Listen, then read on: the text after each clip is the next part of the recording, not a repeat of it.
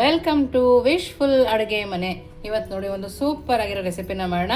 ಮಕ್ಕಳಿಂದ ಹಿಡಿದು ದೊಡ್ಡವ್ರವ್ರಿಗೂ ಕೂಡ ಇಷ್ಟ ಆಗುವಂಥ ರೆಸಿಪಿ ಅಂತಲೇ ಹೇಳ್ಬೋದು.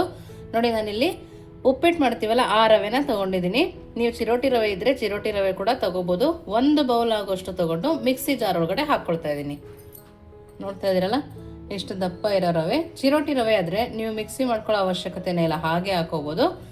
ನೋಡಿ, ಇದನ್ನು ಸಣ್ಣದಾಗಿ ಪೌಡರ್ ಮಾಡ್ಕೊಂಬರೋಣ. ನೋಡಿ, ಈ ಥರ ಸಣ್ಣದಾಗಿ ಪೌಡರ್ ಮಾಡ್ಕೊಂಬಂದಿದ್ದೀನಿ. ಜಾಸ್ತಿ ಪೌಡರ್ ಥರ ಏನಾಗಲ್ಲ, ಮೀಡಿಯಮ್ ಚಿರೋಟಿ ರವೆ ಹೇಗಿರುತ್ತೋ ಆ ಥರ ಆಗುತ್ತೆ. ಇದನ್ನು ಒಂದು ಪಾತ್ರೆಗೆ ಹಾಕೋಣ. ನೋಡಿ, ಇವಾಗ ಒಂದು ಥರ ಪ್ಲೇಟ್ ಥರ ತೊಗೊಂಡಿದ್ದೀನಿ. ಇದರೊಳಗಡೆ ಹಾಕೋಣ. ರವೆಗೇನೆ 1-2 ಸ್ಪೂನ್ ಆಗೋಷ್ಟು ಕಡಲೆ ಹಿಟ್ಟನ್ನು ಹಾಕ್ಕೊಳ್ತಾ ಇದ್ದೀನಿ. ಜಾಸ್ತಿ ಹಾಕ್ಕೊಳ್ತಾ ಇಲ್ಲ, ಮೆಜರ್ಮೆಂಟ್ ಪ್ರಕಾರನೇ ಹಾಕ್ಕೋಬೇಕು. ನಾನಿಲ್ಲಿ 1 ಬೌಲ್ ಆಗುವಷ್ಟು ಮೈದಾ ಹಿಟ್ಟನ್ನು ಹಾಕ್ಕೊಳ್ತಾ ಇದ್ದೀನಿ. ನೋಡಿ, ಇಲ್ಲಿ ಸಕ್ಕರೆನ ಪುಡಿ ಮಾಡಿ ಇಟ್ಕೊಂಡಿದ್ದೆ, ಆ ಸಕ್ಕರೆನ 3/4 ಬೌಲ್ ಅಷ್ಟು ಹಾಕ್ಕೊಳ್ತಾ ಇದ್ದೀನಿ. ನಿಮಗೆ ಸ್ವೀಟ್ ಜಾಸ್ತಿ ಬೇಕಂದರೆ 1 ಬೌಲ್ ಕೂಡ ಹಾಕೋಬೋದು. 1 ಚಿಟಿಕೆ ಆಗುವಷ್ಟು ಉಪ್ಪು, 1 ಚಿಟಿಕೆ ಆಗುವಷ್ಟು ಅಡುಗೆ ಸೋಡನ್ನು ಕೂಡ ಹಾಕ್ಕೊಂಡಿದ್ದೀನಿ. ಇವಾಗ ಇಷ್ಟನ್ನು ಹಾಕ್ಕೊಂಡು ನೀಟಾಗಿ ಮಿಕ್ಸ್ ಮಾಡ್ಕೋಬೇಕು. ನೋಡಿ, ಈ ಥರ ಮಿಕ್ಸ್ ಮಾಡ್ಕೊಬೇಕು. ನೋಡಿ, ಈ ಥರ ಮಿಕ್ಸ್ ಮಾಡ್ಕೊಂಡ್ಮೇಲೆ ನಾವೀಗ 1-2 ಸ್ಪೂನ್ ಅಷ್ಟು ಎಣ್ಣೆನ ಹಾಕ್ಕೊಳ್ತಾ ಇದ್ದೀನಿ. ಜಾಸ್ತಿ ಎಣ್ಣೆನ ಸೇರಿಸ್ಕೊಂಡಿಲ್ಲ, 2 ಸ್ಪೂನ್ ಆಗೋಷ್ಟು ಹಾಕ್ಕೊಂಡಿದ್ದೀನಿ.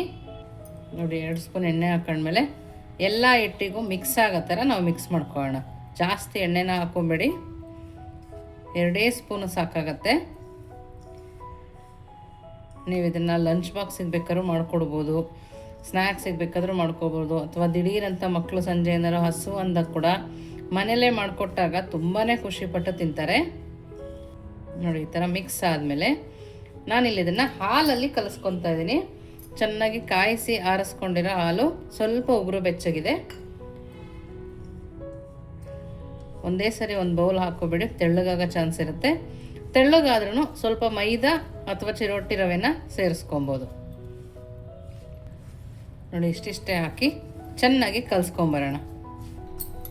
ನೋಡಿ, ಈ ಥರ ನೀಟಾಗಿ ಕಲಿಸ್ಕೊಬೇಕು.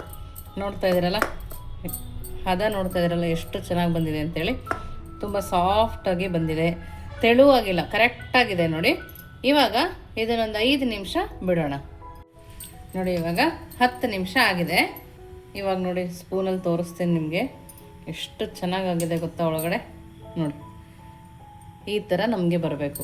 ಇವಾಗ ಇದನ್ನು ನಾವೀಗ ದೂದ್ ಪೇಡ ಎಲ್ಲ ತಿಂದಿರ್ತೀವಲ್ವ, ನಂದಿನಿ ದೂದ್ ಪೇಡ ಎಲ್ಲ, ಆ ಸೈಜಿಗೆ ಮಾಡ್ಕೊಳ್ಳೋಣ. ಜಾಸ್ತಿ ದೊಡ್ಡ ಸೈಜು ಬೇಕಾಗಲ್ಲ, ಆ ಸೈಜಿಗೆ ಸಾಕಾಗತ್ತೆ. ನೋಡಿ, ಈ ಥರ ಮಾಡ್ಕೋಬೇಕು. ನಾನು ಇನ್ನೊಂದು ಕೂಡ ಮಾಡಿ ತೋರಿಸ್ತಾ ಇದ್ದೀನಿ. ನೋಡಿ, ಜಾಸ್ತಿ ತೆಳು ಅಲ್ಲ, ಜಸ್ಟ್ ಈ ಥರ ಕೈಯಲ್ಲಿ ಪ್ರೆಸ್ ಮಾಡ್ಕೋಬೇಕು. ನೋಡಿ, ಎಲ್ಲವುದನ್ನು ಇದೇ ಥರ ಮಾಡಿ ರೆಡಿ ಮಾಡ್ಕೊಳ್ತೀನಿ. ನೋಡಿ, ನಾನು ಎಲ್ಲವುದನ್ನು ಇದೇ ಥರ ಮಾಡ್ಕೊಂಡಿದ್ದೀನಿ. ಅಕಸ್ಮಾತ್ ನಿಮ್ಗೆ ಏನಾದ್ರು ಕೈಗೆ ಅಂಟ್ತಾ ಇದ್ದರೆ ಸ್ವಲ್ಪ ತುಪ್ಪನ ಸರುಕೊಂಡು ಮಾಡ್ಬೋದು. ಇವಾಗ ಈ ಥರ ಮಾಡಿದ್ದೀವಲ್ಲ, ಇದನ್ನು ಸಡನ್ ಎಣ್ಣೆಗೆ ಹಾಕೋಬಾರ್ದು, ಒಂದು 5 ನಿಮಿಷ ಹಾಗೆ ಬಿಡಬೇಕು. ಅಷ್ಟರಲ್ಲಿ ನಾನು ಎಣ್ಣೆನ ಕಾಯಕ್ಕೆ ಇಟ್ಕೊಂಡಿದ್ದೀನಿ. ನೋಡಿ, ಇವಾಗ ಎಣ್ಣೆ ಚೆನ್ನಾಗಿ ಕಾದಿದೆ. ಹೈ ಫ್ಲೇಮಲ್ಲಿ ಕಾಯಿಸ್ಕೊಂಡಿದ್ದೀನಿ. ನಾನು ಇವಾಗ ಮೀಡಿಯಮ್ ಫ್ಲೇಮಲ್ಲಿ ಇಟ್ಕೊಂಡು ಹಾಕ್ಕೊಳ್ತಾ ಇದ್ದೀನಿ.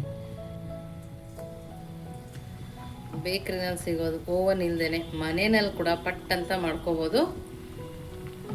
ಸ್ವೀಟ್ ತಿನ್ನಬೇಕು ಅನ್ನಿಸ್ದಾಗ, ಮನೆಯಲ್ಲಿ ಬೇರೆ ಏನೋ ಐಟಮ್ಗಳಿಲ್ಲಪ್ಪ ಅಂದಾಗ ರವೆ ಇದ್ರೆ ಸಾಕು, ಪಟ್ ಅಂತ ನಾವು ಈ ರೆಸಿಪಿನ ಮಾಡ್ಕೋಬೋದು. ನೋಡಿ, ಒಂದ್ಸರಿ ಹಾಕಿದ ಮೇಲೆ ನಾವು ಪಟ್ ಅಂತ ಕೈ ಹಾಕಬಾರ್ದು. ನೋಡಿ, ನಿಧಾನಕ್ಕೆ. ನೀವಿನ್ನೂ ನಮ್ಮ ವಾಟ್ಸಪ್ ಗ್ರೂಪಿಗೆ ಜಾಯಿನ್ ಆಗಿಲ್ಲ ಅಂದರೆ ವಿಶ್ಫುಲ್ ಅಡುಗೆ ಮನೆ ವಾಟ್ಸಪ್ ಗ್ರೂಪ್ಗೆ ಜಾಯಿನ್ ಆಗೋದನ್ನು ಮರಿಬೇಡಿ. ಹೊಸ ರೆಸಿಪಿ ಬೇಕಂದರೆ ಅಲ್ಲಿ ನೀವು ಕಮೆಂಟ್ ಮೂಲಕ ತಿಳಿಸ್ಬೋದು. ಮೀಡಿಯಮ್ ಫ್ಲೇಮಲ್ಲಿ ಇಟ್ಟೇ ಬೇಯಿಸ್ಕೋಬೇಕು. ನೋಡಿ, ನಾವು 2 ಸೈಡು ತಿರುಗಿಸಿ ಬೇಯಿಸ್ಕೊಬೇಕು. ಕಲರ್ ನೀಟಾಗಿ ಬರ್ತಾ ಇದೆ. ನೋಡಿ, ನಾವು ಜೋರಲ್ಲಿ ಇಟ್ಟರೆ ನೀಟಾಗಿ ಬೇಯೋದು ಇಲ್ಲ, ಕಲರ್ ಕೂಡ ನೀಟಾಗಿ ಬರೋದಿಲ್ಲ. ಒಂದು ಕಡೆ ಒತ್ತೋದಂಗಿರುತ್ತೆ, ಇಲ್ಲ ಇನ್ನೊಂದು ಕಡೆ ಲೈಟ್ ಕಲರ್ ಇರುತ್ತೆ. ನೋಡಿ, 2 ಸೈಡು ಈ ಥರ ಮಾಡ್ತಾ ನಿಧಾನಕ್ಕೆ ನಾವು ಇದನ್ನು ಬೇಯಿಸ್ಕೊಬೇಕು. ಬೇಯಲಿ ಅಂತ ಹೈ ಫ್ಲೇಮಲ್ಲಿ ಇಟ್ಕೊಡ್ದು, ಮೀಡಿಯಮ್ ಫ್ಲೇಮಲ್ಲಿ ಇಟ್ಟು ನಿಧಾನಕ್ಕೆ ನಾವು ಇದನ್ನು ಬೇಯಿಸ್ಕೊಂಡು ಬರೋಣ. ನೋಡಿ, ಈ ಕಲರ್ ಬಂದಮೇಲೆ ನಾವು ಇದನ್ನು ತಕ್ಕೊಳ್ಳೋಣ. ನೋಡಿ, ಎಷ್ಟು ಚೆನ್ನಾಗಿ ಕಲರ್ ಬಂದಿದೆಯಲ್ಲ. ಇವಾಗ ಇದನ್ನು ತಕ್ಕೊಳ್ಳೋಣ.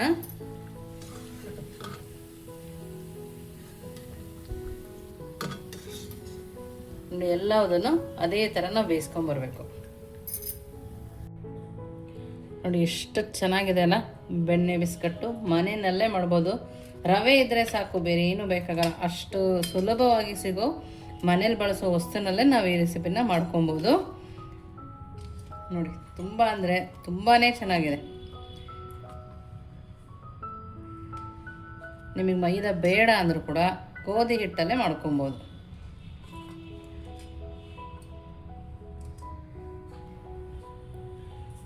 ನೋಡಿ ಬಿಸಿ ಬಿಸಿಯಾಗಿದೆ. ನೋಡ್ತಾ ಇದ್ರಲ್ಲ ಒಳಗಡೆ ಕೂಡ ಸಾಫ್ಟಾಗಿ ತುಂಬಾ ಚೆನ್ನಾಗಿದೆ. ತುಂಬ ಟೇಸ್ಟಿಯಾಗಿದೆ. ಖಂಡಿತವಾಗೂ ಈ ರೆಸಿಪಿನ ನೀವು ಒಂದ್ಸರಿ ಮನೇಲಿ ಮಾಡಿ ಹೇಗೆ ಬಂತು ಅಂತ ವಿಶ್ಫುಲ್ ಅಡುಗೆ ಮನೆಗೆ ಕಮೆಂಟ್ ಮೂಲಕ ತಿಳಿಸೋದನ್ನು ಮರಿಬೇಡಿ. ನೀವಿನ್ನು ನಮ್ಮ ಚಾನಲ್ ಲೈಕ್ ಮಾಡಿಲ್ಲ ಅಂದರೆ ಲೈಕ್ ಮಾಡಿ, ಶೇರ್ ಮಾಡಿ, ಸಬ್ಸ್ಕ್ರೈಬ್ ಮಾಡಿ. ವಿಶ್ಫುಲ್ ಅಡುಗೆ ಮನೆಗೆ ಥ್ಯಾಂಕ್ ಯು.